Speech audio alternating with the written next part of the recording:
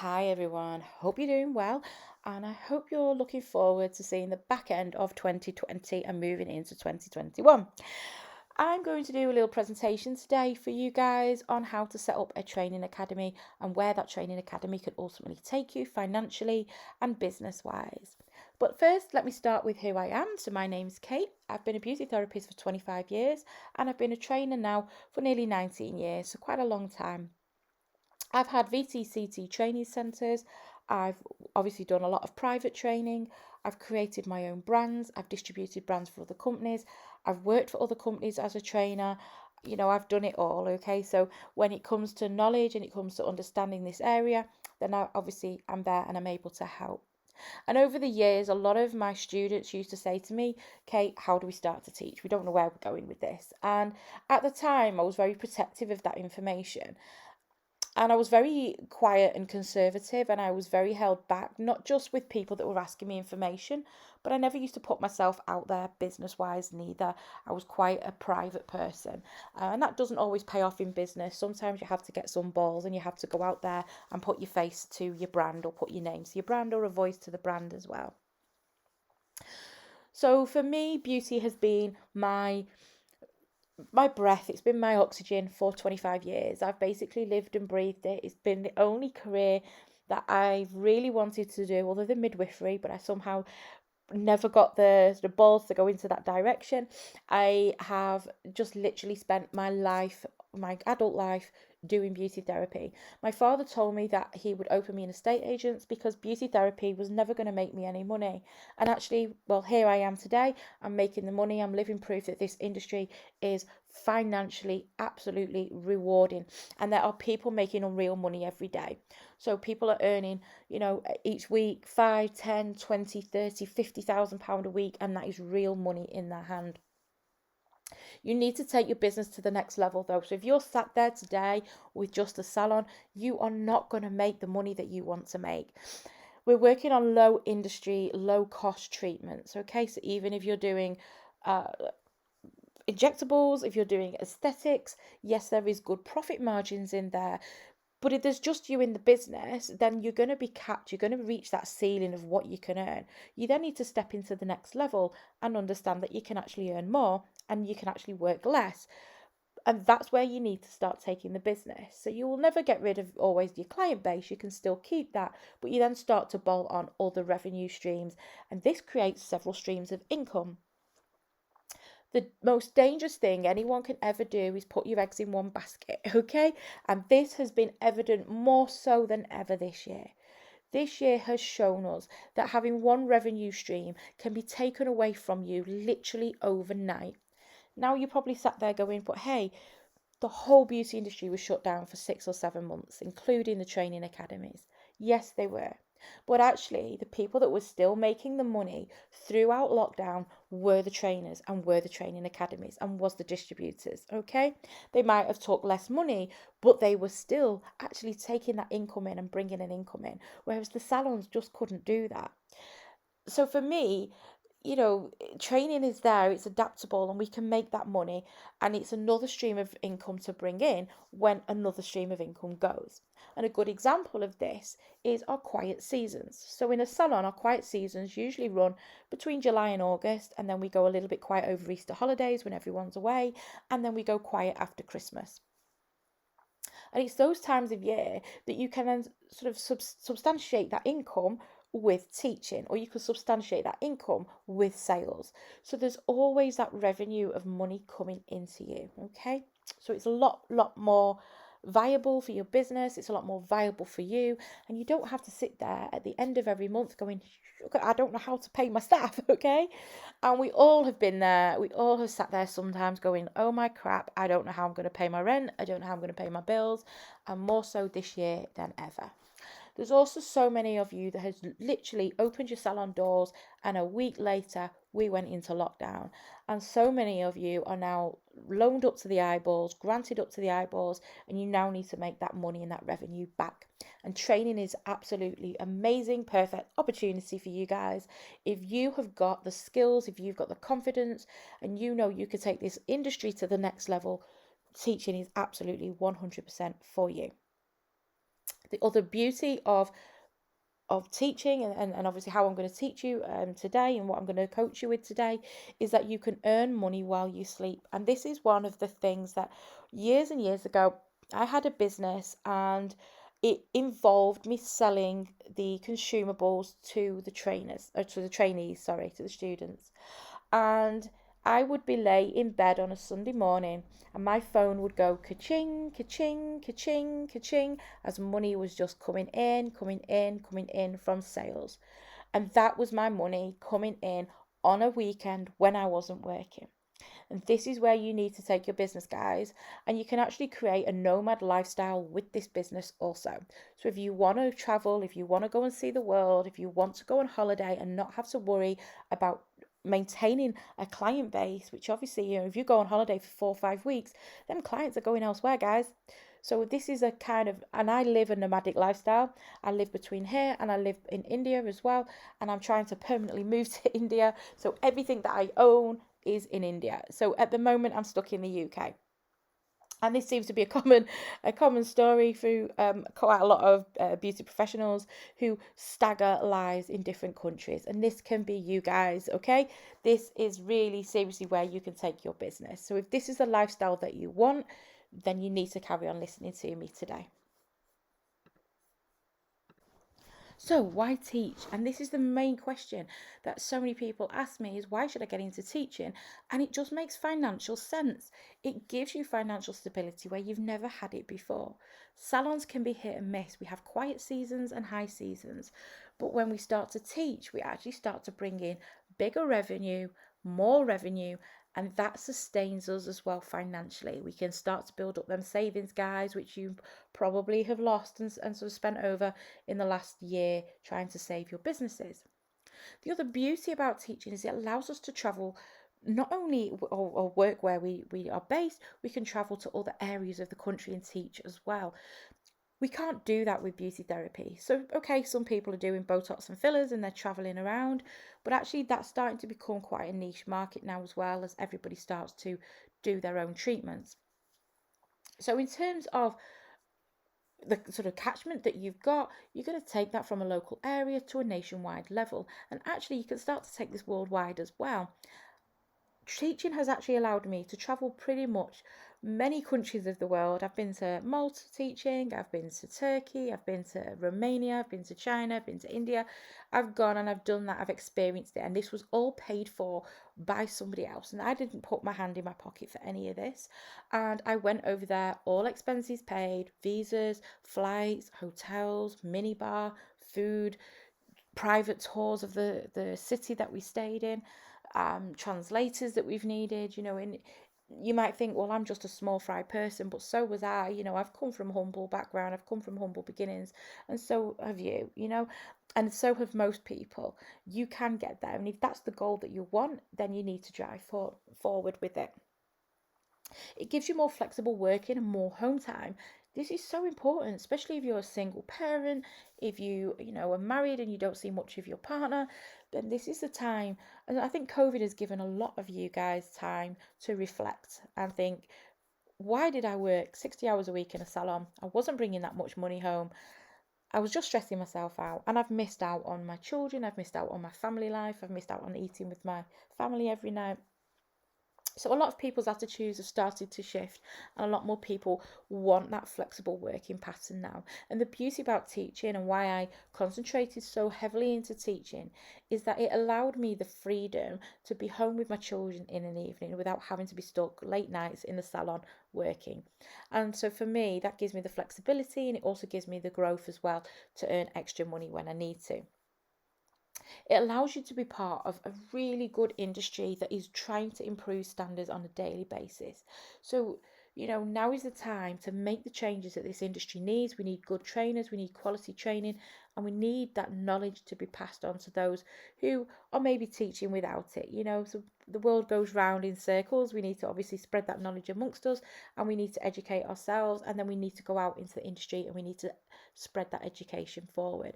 And this is where we improve the industry standards. So if you love this industry as much as me, get on board, start bringing those standards up through teaching.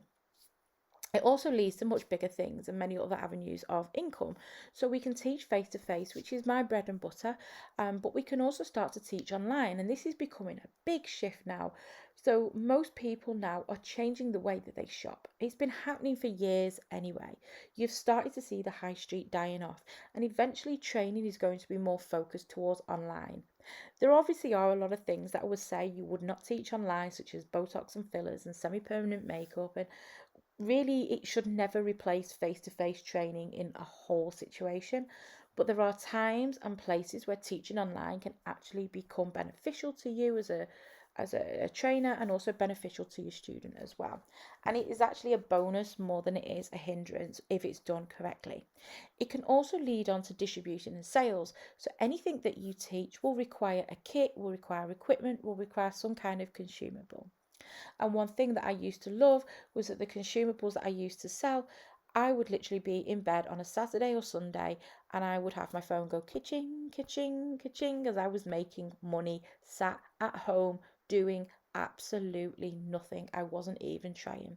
So even when you are on holiday, when you are off sick, when you are having some downtime, or you're having a really crappy week with bookings, then the sales that will still keep coming in from your consumables, and that used to bring me in some considerably decent money as well. I could actually live just off the money that it was bringing me in through the distribution without doing the training.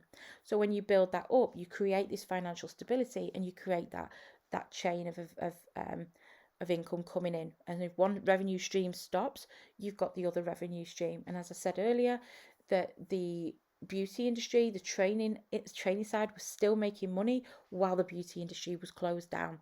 So for that fact alone is one of the other reasons why you should get into teaching, because those that were teaching through lockdown were making the money. Those that couldn't teach were losing it.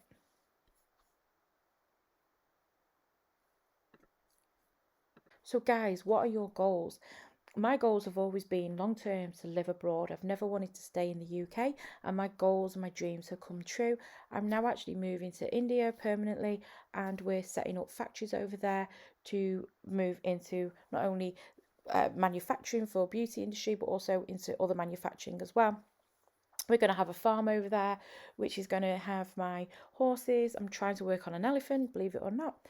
But I'm an animal lover, so I want an absolute huge farm full of animals. I've already designed my dream house. I've got everything that I want, and I want to live and die in India, living the best life. I can travel wherever I want. I've got the sun 24 hours on my back, and actually it's a lower cost of living than it is here. So any money that I ever make online allows me to live that nomadic lifestyle, because I can actually live like a king in another country without having to worry about financial stability, without worrying about what my pension is going to pay out at in 20 years' time. I can literally just continue what I'm doing, keep making money, and Bob's your uncle. Okay, guys. So, what are your goals? My goals were those. That's what I've been working towards. And for me, I had to create that nomadic lifestyle. I had to be able to earn money in any other country by doing what I do now. And that is one of the reasons that I've started to shift a lot of my products and my business online, but I still teach face to face as well. So set those goals up, understand what it is you're working for, and look at the current business model that you have.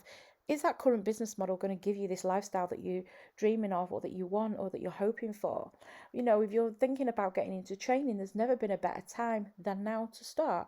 Don't start 5 years later, start today, because that's 5 years of money that you're ultimately going to lose out on if you don't start right now. And in terms of the beauty industry itself, we are in and out of lockdowns, but the one businesses that sort of survived and did well throughout lockdown was the training industry. So there was a lot of businesses that were within the beauty industry that weren't salon focused, that were making the money. And that is where you guys can go, and you can start to earn that income from there. So work out your goals, work out how much money you want to be earning every week. Do you want to earn 5 grand a week? Easily done. You want to earn 10? Not a problem. Want to earn 20? Considerably doable. You just have to focus on where you're going to bring that money in, and what revenues and revenue streams you're going to put into place. But without those goals, without those plans, without those ideas, it's all going to fall apart. So set up what you need to be earning a week, and then those are the goals that you're going to be working towards. So where do you guys start? Who do you teach? What do you teach? Do you do it online or offline? And where do you teach? These are all questions that are going through your head and you just don't have a clue. I've written an amazing ebook. I was the first person that started promoting people to start their own academies, and I wrote this ebook about 2 years ago, maybe 3 years ago now, and it tells you step by step where you teach, who to teach, why to teach, and I would suggest you go and download that. I'm going to drop the link in the description box or the comment box down below, and if you click on that and use the code provided, that will give you access to the ebook for free. I'm giving you all that knowledge that I have learned over the years, absolutely free of charge. And this breaks it down into more detail, but today I'm just going to recap. Who do you teach?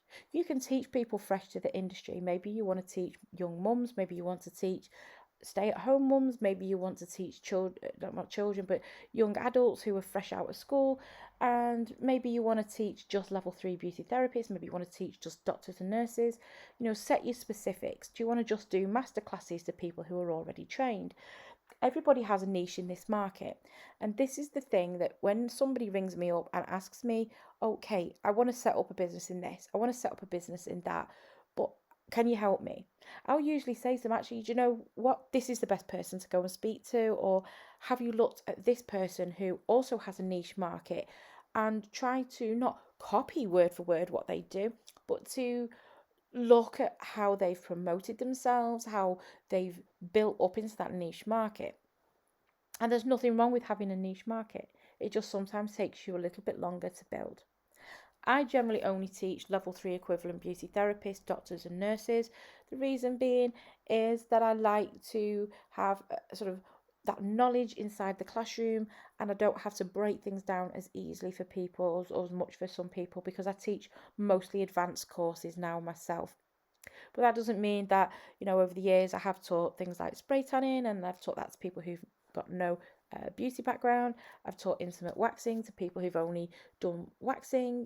So the treatments that you actually are going to teach, they're going to be targeted towards a specific market. So if you're going to be doing nails, for example, then that can be people who are already in the industry, who've already got a lot of experience and knowledge about beauty, but might also be people who have never done anything before in the beauty industry. They're coming straight in with the nails, and then they're going to start to build up and add more and more courses on. So you need to decide where you want to go and what you're confident in teaching. And I would always suggest, the thing that I get asked is, oh, I want to teach everything. I want to teach everything. And actually, I can teach nearly 90 to 100 different courses, but I don't. I concentrate on 5 to 6 key areas, maximum 10 that I concentrate on and I teach. And the reason for that is what I specialize in, that is what makes me me. And actually, through the years, even though I've been able to teach all these things, and sometimes I throw them up to see interest, but there's been certain periods of time that I've only taught one treatment. So, for example, intimate waxing was the only treatment I taught, and there was another couple of treatments as well. So when you know that something is trending, when you know something is going to bring you in the profit, then that is the one thing you need to concentrate on and make your money while it's there and while it's a trend. And as I say, in regards to offering everything, you're just going to water down and dilute your own offerings. The maximum courses I would really ever look at teaching is around 30 to 40, and that would be if you're looking at doing a lot of one-to-one training. I'm not saying don't offer everything, but what I'm saying is you don't need to do everything to start with. You can just have a niche, you can just teach 1 or 2 things. So if you're not confident in a certain area, don't worry, don't teach that. Teach what you're good at. I know people who are amazing at Russian lashes and they're just teaching that. I know people who are amazing at nails and just teaching that. So you don't need to offer a whole catalogue of training courses. You can concentrate on 1 or 2 things, okay? If you are a holistic therapist and you've been doing holistic therapies for years, and there's 20, 30, 40, 50, 60 courses in holistic therapy, if you've got that market and that audience there for that, go for it.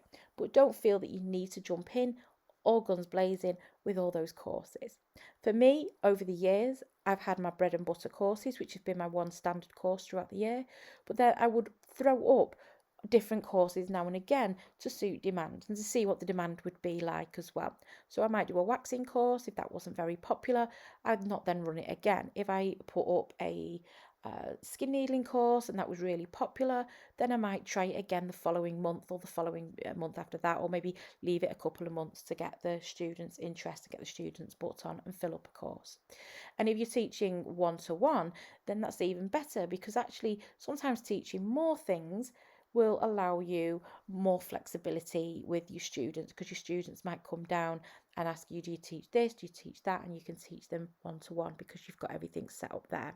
But this is always something that you can build up on and build up to. You can start with one or two things and you can add courses as you go.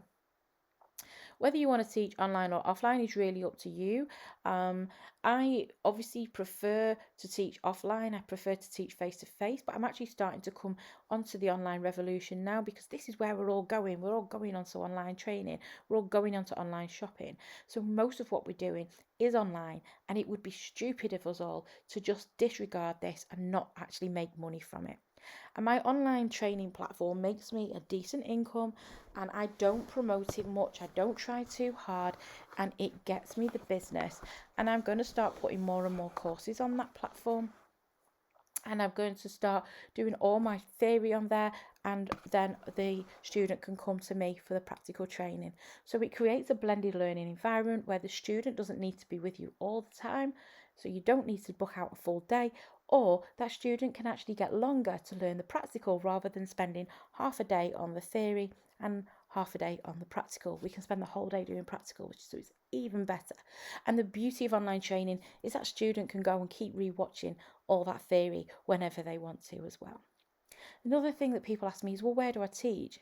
I work from someone's premises, I work from home, I don't have a premises. I have no fixed abode, okay? I used to have the biggest academy that you could ever imagine. It was costing me £10,000 a month. I was paying £15,000, £20,000 in wages. My outgoings were crazy, guys. And the one thing I will tell you right now is I am actually better off now than I was with the big academies, okay? So if you want to start out and you're thinking, I need this big premises, I need it to be beautiful, I need it to have this, I rent rooms around the country, and actually this is so much easier than it was back 10-15 years ago, because rooms were really expensive, and if you didn't get the uptake, it just wasn't financially viable. But now people are renting out the rooms for 50, 100, £200 a day. Some are doing it on a commission basis. So this is great. I can teach absolutely anywhere. I don't need to have a premises. And not only that, a lot of people, if they want one-to-one, will allow you to go to them to teach as well. So actually, I don't need a premises. And the beauty of not having premises, no overheads. Everything that I earn is 100% profit. Unless I'm paying for a £50, £60, £100 room, everything is profit. So think about where you want to teach. If you've already got a premises, you can utilise the space. It might not be the biggest, but you don't need to host 6, 12, 20 people. You can start small, host 2 or 3 or 4 students at a time, and build up as you grow. Grow slow. Growing slow, there is nothing wrong with that. That's the best way to grow. If you grow too fast, you won't be able to keep up with it, and then you'll start making mistakes, you'll start getting complaints. When you grow slow, you can provide that customer service and you can build a future business on those foundations. So what next? What's the next steps? So the first thing that you guys is going to need is a teaching qualification. Unless you're going to be teaching masterclasses, you really need to have this in place. And there are so many people selling teaching qualifications at the minute. I would advise that you do your research and you make sure that the company that you're going with is Ofqual BAT and registered. This qualification is the backbone of your business, and this is what is going to teach you how to teach. I agree, you can teach or you can't, but the idea of the teaching qualification is just to give you an understanding of how to deal with student complaints and how to deal with different learning needs and different learning styles, and it makes you understand how to be a better teacher, and it also teaches you how to write your lesson plans as well, which is really important if you want to go for accreditation. A teaching qualification can take anything from 2 days right up to 6 months at college. You can do these courses online now as well, and you can also do them in college face to face, although at the moment probably not so much with the college side due to lockdowns. But for £200, £300, we can get this qualification usually done and dusted within around 2 weeks. Don't be daunted by the process of getting a teaching qualification. It isn't actually that difficult qualification to achieve. It's actually quite simple.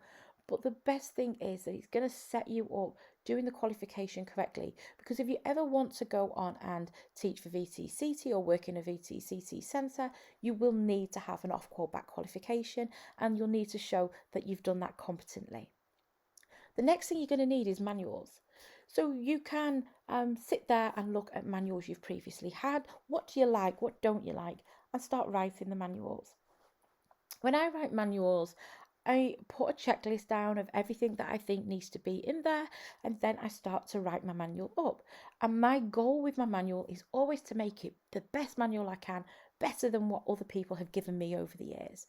So as long as every single one of us is always trying to improve on the last training course that we did, we're going to end up with a really amazing industry. You're going to need lesson plans for every course that you're teaching as well. This is because the accreditation company need to know how you're going to teach this course. Your lesson plans don't need to be too in-depth. They can be quite basic.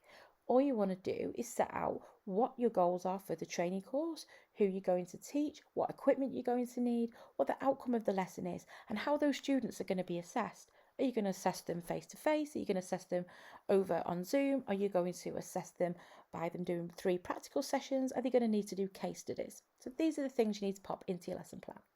You're going to need policies and procedures. If you're unsure what policies and procedures you actually need, then these are usually easily found with any of the accreditation companies. They'll usually send you a list of what you need. But the policies and procedures are your things like your equality and diversity policy and your complaints procedure, and also your terms and conditions. The other thing that you're going to need is to choose an accreditor or accreditation provider. I'll go into a bit more detail about this shortly, but when you have got your manuals, your lesson plans, your policies and procedures all ready to go, we then submit those to the accreditation company, who just approve that those documents are up to date and correct and are absolutely satisfactory for you to teach. The other thing you'll need is insurance. This is obviously going to protect you in the event of any claim, if anything should happen to a model or a student on your premises. So as I said before, writing your manuals is really going to be a key part of you getting into the teaching side of things. And this actually puts a lot of people off, but actually it doesn't need to be a difficult procedure. You need to have content. And the one thing that I will never do is ever teach from a manual. I don't teach from a PowerPoint. Even if I have the PowerPoint in the background, I don't actually read from it. Every bit of knowledge that I've got is actually in my head, and I teach from my head. So I never read from the manual. I always talk through. You'll never see a manual in my hand while I'm teaching my students. But the one thing that I want that manual to have is full of content, full of resources that student can take away and grow from. The one thing that you don't want them to do is to be asking on forums about questions that you actually did cover on the training, but when they've gone to find it in the manual, just isn't there. So you need to set up what kind of content do you want in your manual. So for me, I always start with the basics, the things that the accreditation companies want you to see. So this is your health and safety, your anatomy and physiology. It will be the equipment that you'll require. It will be the treatment protocol, consultation procedure, contraindications, contraactions, side effects, all those kind of things. Those are what your accreditation company wants to see. And I set that out and I start writing there. But then I want to put in information maybe about my treatment history, how the treatment works on the skin or how it works on the area that we're treating, and make sure that manual has got so much content in there as well. I actually sell manuals. I've got editable training manuals that are available for sale. So if you don't want to go into writing all of this out yourself, you can actually purchase the manuals. You can send them to the accreditation companies as they are. You don't need to do anything but add your own logo. But the beauty of them as well is if you want to add your own zhoosh, and I should always say, add your own zest, add your own you into the manual. So you can change your logo, change the picture, change the content. So if there's something that you want to add, go ahead and add that content. If you want to change something, go ahead and change it. Because at the end of the day, the manual is ultimately you. It's a reflection on your business. So even though you've got the basics there that will pass the accreditation, You might want to add in some of your own personal images or step-by-step photographs, or you might want to put in a section about who you're accredited with, who you've insured with. You might want to put in a section there about resources and where to purchase products. And you might want to add in some other content as well, which is fine. You can do that. But that just saves you the process of writing a manual from scratch, which is often very daunting, and it's also quite time consuming as well. But always remember that content is king with your manuals. If you're writing 5, 6, 7, 8 page manuals, it's not good enough. Your manuals need to be really in depth and have enough information for that student to not really need to be coming back and asking you a shed load of questions. So the more we pop into the manual, the more that student can go back and use it as a reference. So what is accreditation and why do we even need it? Actually, this is a question on everybody's lips at the moment, and accreditation is largely independent. It's not really backed by anybody, but that is going to change, and it is starting to go down the road of Ofqual accreditation at some point. So Ofqual are going to get involved and they're going to accredit the accreditors basically. But without accreditation, you're not going to get the students through the door. So even though accreditation is by a money-making initiative for a lot of companies, you've got to understand that without the accreditation, you're not going to get the students. So it's really very much a rock and a hard place. So, but there are some good accreditors, don't get me wrong. Accreditation can help you pick up on areas that you've just missed out on. So if you've written your own manual and you've forgotten to put aftercare in there, these companies should be picking that up. There are some accreditation companies that will accredit a single A4 piece of paper and just go, yep, there you go. You've got no teaching qualifications. You've got no qualifications in what you want to teach. Here's your accreditation. And that company really needs shutting down. I'm not going to name names, but they are not my favourite accreditation company. A decent accreditation company is going to look through your manuals and is going to make sure that that's got the content in there that you need in order for you to teach your students. So when you're choosing an accreditor, don't just choose on price. A lot of people get stuck into this catchment of, I'm going to go with Professional Beauty, I'm going to go with ABT because that's who you're insured with, that's who a lot of your accreditation certificates have been with over the years. But a lot of people are pulling away from these main bodies now and they're going with generalised insurance companies that cover everything. Professional Beauty are fantastic. Don't get me wrong, I've been insured with them for years. I've also accredited by them. I've got no issues with the Professional Beauty. ABT, I'm not a huge fan of, and I don't really promote or push people to go into the direction of ABT. But in terms of these two accreditors particularly, and even Babtac, is that you're locked in to be insured with them. They're not really then open to, if you want to be accredited by the guild or insured by the guild, sorry, they're not going to recognise a Professional Beauty qualification, and the guild might not be recognised by Professional Beauty. So it's not always as easy as just going with one accreditation company with somebody that's specifically an insurance backed body. And this is what the guild, Babtac, Professional Beauty and ABT are. They're actually primarily insurance companies, so they want to keep that accreditation secure to them, and then you'll always go through them for insurance. But one of the things that's occurred regularly over the past 15 to 20 years is that many salons have had to have 2, 3, 4 or 5 concurring policies because one insurer hasn't insured for everything until now. Now, most insurance companies are aware that as therapists, we are doing a lot more different variety of things, from holistic right through to aesthetics to hair, and they're insuring us for everything. But they want to see accreditation on your certificates. However, whether this has ever been tried at courts during a claim, whether your certificate is accredited or not, is by the by. I've got certificates that were never accredited from 15, 20 years ago, before accreditation became a thing. But what I would say is, for the small amount of money that it will cost you, it's just worth it, because people will buy into you if the course is accredited. And the one thing that probably 90% of my students ask is the course accredited? So imagine if I said no, that would be a big chunk of people that I would lose. The process is very simple, okay? So don't panic about the process. Once you've chosen an accreditor, and if you download my ebook, this gives you the full lowdown on every accreditor that there is, how much it's going to cost you, the pros and cons of choosing that accreditation company. So that was all broken down for you. So without boring you today too much, I'm not going to go into too much detail with those. How does the process work? So every accreditation company has a slightly different process, but generally it's usually the same. They will expect to see from you a list of the courses that you wish to teach and payment. So all of them expect payment. Some of them are £150 per year. Some of them go right up to £2, £3, £4, £5, £6,000 per year as well. So it's quite a big difference with the prices, but the process is usually the same. So once you've sent your payment over to them, the next thing they'll ask you is for your training resources, which is your manuals or your PowerPoints, your lesson plans.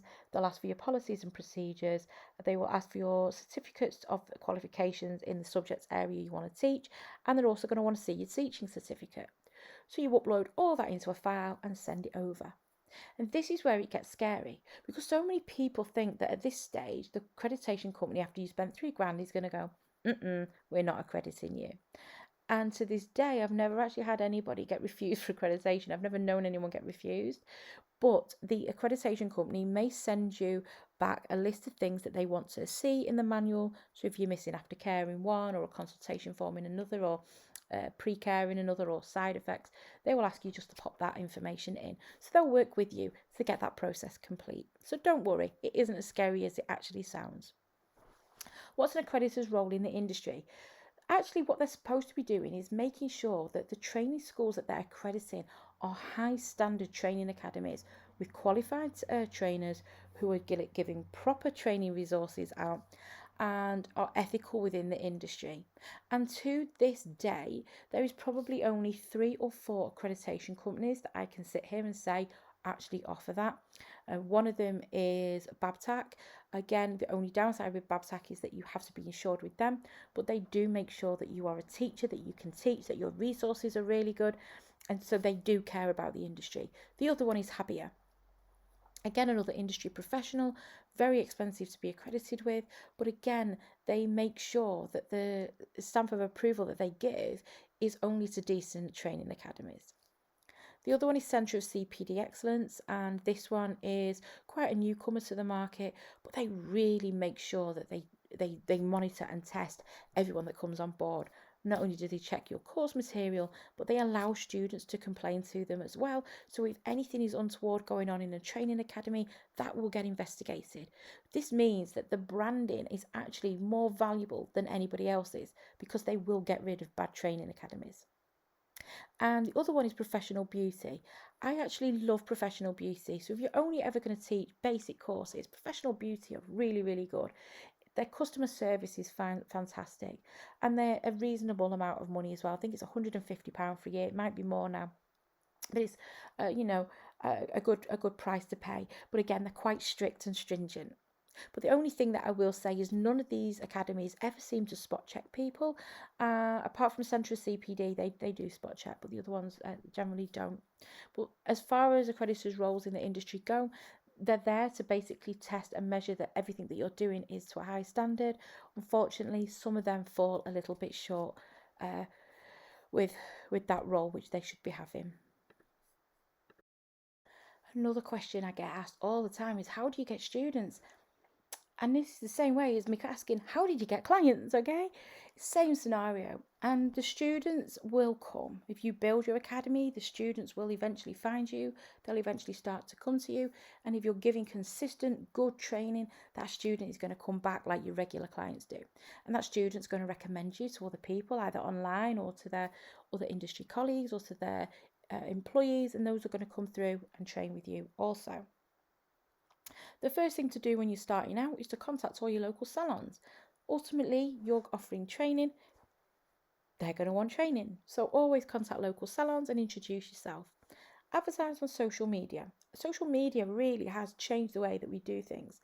Back in the day, it used to be yellow pages, and you used to thumb through and ring as many people as you could and find out if they offered certain courses.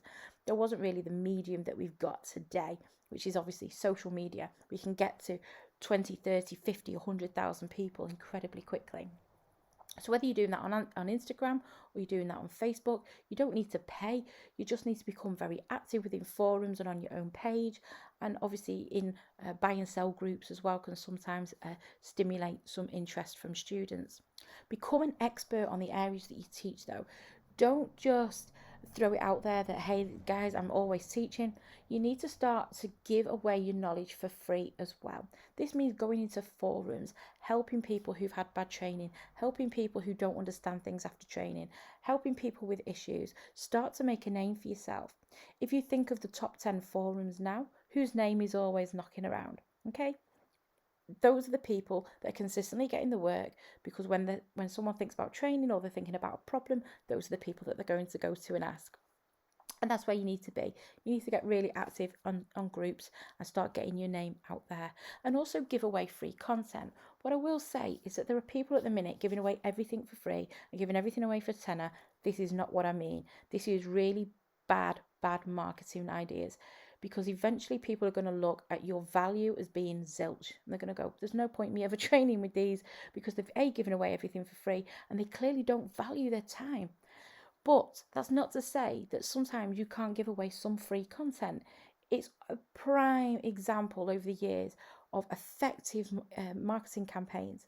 If you give away something for free, you usually capture that person's attention. They'll either join your group, join your Instagram page, or you catch the email, which means that you can consistently email market that student and get them eventually on a course with you as well. So there's so many ways to do it, but make sure the content that you give away for free is the same thing consistently. Don't keep changing it up, and don't offer too much away for free. If you're going to give something away for free, give it away for free for 3 months, then get rid of that, bring something new out, do that for 3 months. But don't offer everything and sell your soul, because that's the one thing that looks like you're desperate for students or desperate for money, and that can obviously put people off as well with training with you. So I'm getting asked by so many people about funding at the moment, and it really is an absolute minefield. And at the moment, the funding's being pulled from every possible aspect. Obviously, we're leaving the EU come January. Well, come Christmas, we shall be waving our European friends goodbye, and we will be a standalone country again. And in terms of that, along with the back of the EU, has also been a loss of a hell of a lot of funding for courses. So at the moment, that is very much up in the air, and let's see what 2021 brings in terms of funding. But there is a company, there's a government body called the SFA, and they are responsible for the funding that is given from the central government and also from the EU, but obviously EU will obviously no longer be available. And this funding can be applied for by anybody, but you do need to be an established business with 3 years very secure trading accounts before you go in and apply. If you are very bad with your finances or you're not financially viable, you'll never get the funding. However, you can join forces with other trainers and other providers. Sometimes there is local government funding available as well, but you'll need to contact your local councils. But usually joining forces with people already with funding can work really well, but it can also be a bit of a downside as well. I've been left owed hundreds of thousands of pounds from training that I've offered through via funding. We got absolutely screwed over in the process. But then other times, when I've had funding, it's been solely directly given to me. At the minute, I've got some government funding that is EU money that's needed to be used up, and I've been lucky enough to be able to sort of obtain that. So it is hard. It's not an easy option to go down, and actually you've got to look at who are going to be your students with funding. If you're going to be doing fully funded courses, it's an absolute no. Most people that are going to be on a fully funded course are people that are doing it for the sake of it being fully funded. They're not necessarily there to learn, they're there to get to basically to just pass time. Some people are there just to pass the time, and some people are there just to see what the crack is. And a lot of the time with the funding, if your student doesn't complete the actual training course, you don't get paid. So again, you can lose a lot of money through the funding side of things. Partially funded courses aren't too bad because this basically means that the student has to invest some of their own money up front, and therefore they're a little bit more open to the learning environment and they're not going to book on the course. When we had fully funded courses, well, we actually didn't have fully funded courses. We could have had fully funded courses, but we actually put in a payment plan where the student had to foot a part of the training course. And when we advertised this, we got such a huge influx. I think we had probably close to 2,000 applications for the funding, and we had to mention to them that they would have to pay about £500 before they did the course, and the amount of people that just never booked on because of that, they dwindled off. And the reason for that is they were never interested in the course in the first place. They just wanted to do something that was free because they thought they were getting free money off the government. It can also take a lot longer to pay out as well. The student has to sometimes complete certain parts of the course before the funding is released, or they have to have completed the course. And also, if you do are one of the very lucky few that's been picked by the lottery, which is known as the SFA, that can be taken away from you after 12 months. So every year you literally have to keep reapplying. So for the funding aspect, yes, it seems like it's great because it will bring you this massive influx of people, but actually the quality of the people that it will bring you isn't always great. And for every one decent person that actually does deserve the funding and will make this a massive change to their life and to their lifestyle, and will take this on as a career, 9 others are just there for the fact that it's free. So another benefit to teaching is we can teach online. But why teach online? Teaching online is brilliant for teaching masterclasses, it's brilliant for teaching theory, and it really does either save you time or brings you in a revenue while you're sleeping, basically. So have a look online and see what other people are teaching and take it from there. I'd always say don't go copying outright what everyone does. There's only so many brow lamination online courses that one person can ever do online. I think every single company at the minute is offering brow lamination. Look at things that are completely different that nobody else is doing, because ultimately that's what's going to drive sales. If you're doing the same as everyone else, you've got a huge competitive market. If you're doing things completely unique to you, you're going to get the market, you're going to get the business. So when you're looking at what you're going to teach online, look around, see what people aren't doing, and concentrate on that. If you're going to start to concentrate on things that people are already doing, as I say, you're just going to dilute the market and create too much competition, and then you end up in a price war. Now, the other reason for teaching online is blended learning. Absolutely fantastic for this in terms of I'm going to teach you my theory now completely online, and you then come to me for half a day face-to-face training, which otherwise would take me an entire day. So not only do I have half a day to myself, so does my student. They then don't have to worry about childcare in the morning, childcare in the afternoon. So they're literally in, out and gone, and that's the way people want to learn these days. Now, I'm not saying that should make your training courses less inferior than they were previously, because actually the content you should deliver online should be really, really informative. And the beauty of it is the student can keep going back to watch it over and over again, which they couldn't normally do if they've done the full day with you in a training course. So look at obviously doing that form of blended learning. It works really, really well. But also look at teaching things to your existing students that are masterclasses, that are, added techniques and things like that you can actually charge for.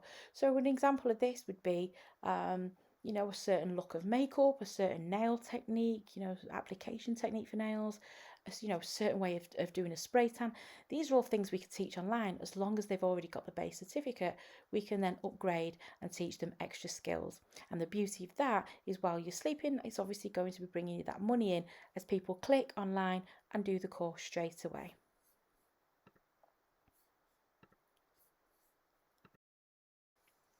So we're getting to the last part of this course now. And the other thing that you need to look at is brand distribution or resale. Look at what you want to sell and start contacting some suppliers today. So if you're going to be teaching nails, you're going to be wanting to contact the nail companies to see if they will allow you a discount for you to either use their products in training or to distribute their products to your students. Students are going to need kits, and the one thing that they don't like to do is to write a long list of everything down that they need and then have to go away and buy it separately. If they can buy it from you, they will. And if they can buy it from you, it's going to bring you in even more money. So let's say, for example, you were teaching spray tan for £150 and then they wanted to buy a kit off you and that kit was £300, which had £150 profit in it. You've then made £300 off that student for that day. So selling kits is so incredibly popular. And then if you're going to be reselling the spray tan solutions, the sticky feet and the mob caps and whatever else that student is going to require to do with their clients, this is going to bring you in extra revenue nearly on weekly basis, because she's going to go through spray tan hopefully every single week.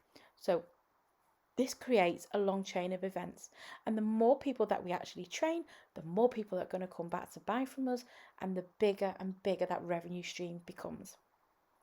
There are many brand distribution companies out there, or there's many brands out there that will allow you to resell their products.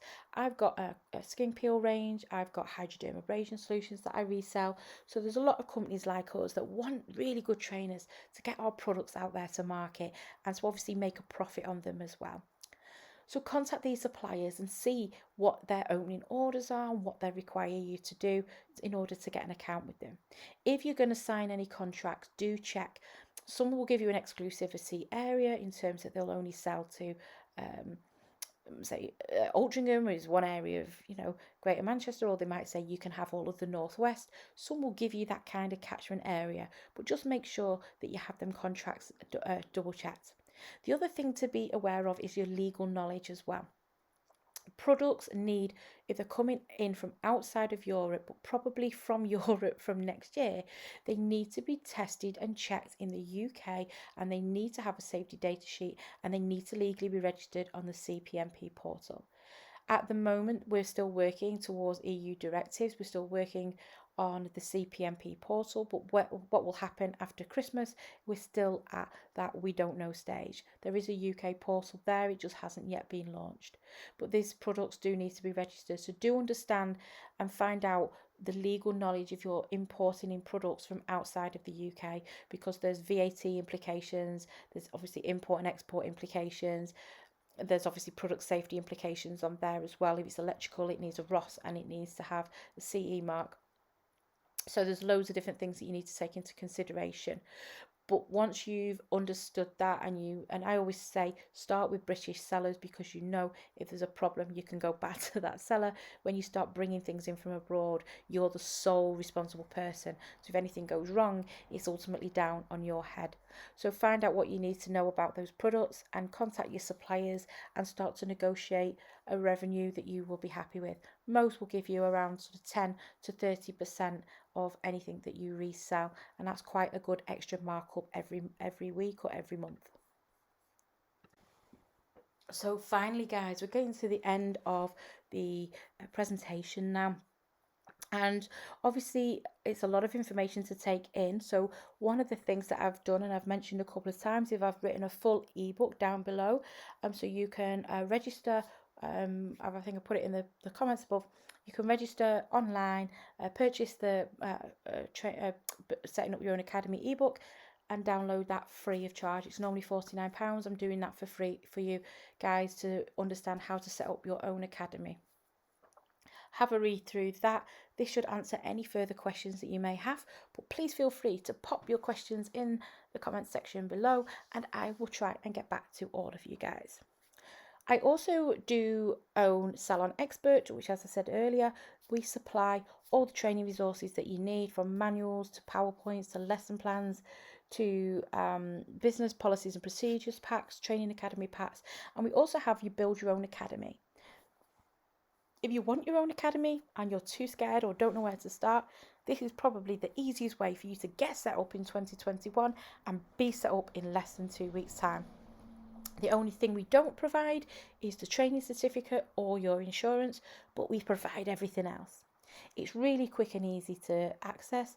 You can basically choose what manuals you want. So we've got over 80 different training manuals. We're adding another 55 on, and you can then look at seeing what courses you want to add, what list that comes in from, and then you can choose whether you want PowerPoints, whether you want lesson plans, whether you want build business packs, and then if you want accreditation included in that as well, then that will give you a price.